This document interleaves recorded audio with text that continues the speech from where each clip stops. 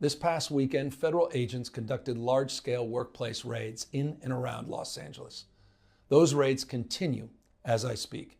California is no stranger to immigration enforcement, but instead of focusing on undocumented immigrants with serious criminal records and people with final deportation orders, a strategy both parties have long supported, this administration is pushing mass deportations, indiscriminately targeting hardworking immigrant families, regardless of their roots or risk.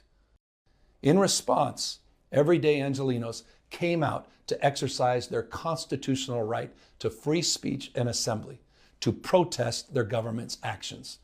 In turn, the state of California and the city and county of Los Angeles sent our police officers to help keep the peace.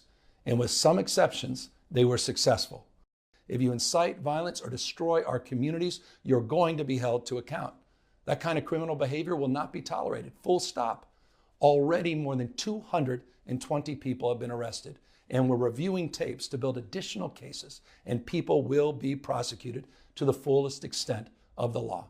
Again, thanks to our law enforcement officers and the majority of Angelenos who protested peacefully, the situation was winding down and was concentrated in just a few square blocks downtown. But that's not what Donald Trump wanted.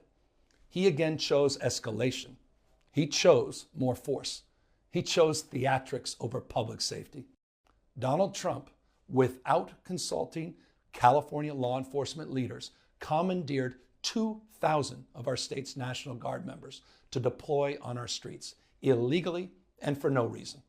This brazen abuse of power by a sitting president inflamed a combustible situation, putting our people, our officers, and even our National Guard at risk. These are the men and women trained for foreign combat, not domestic law enforcement. We honor their service. We honor their bravery. But we do not want our streets militarized by our own armed forces, not in LA, not in California, not anywhere. Trump is pulling a military dragnet all across Los Angeles, well beyond his stated intent to just go after violent and serious criminals. His agents are arresting dishwashers, gardeners, day laborers, and seamstresses. That's just weakness masquerading as strength. Donald Trump's government isn't protecting our communities. They're traumatizing our communities. And that seems to be the entire point. Just yesterday, we filed a legal challenge to Donald Trump's reckless deployment of American troops to a major American city. Today, we sought an emergency court order to stop the use of the American military to engage in law enforcement activities across Los Angeles. If some of us could be snatched off the streets without a warrant, based only on suspicion or skin color, then none of us are safe.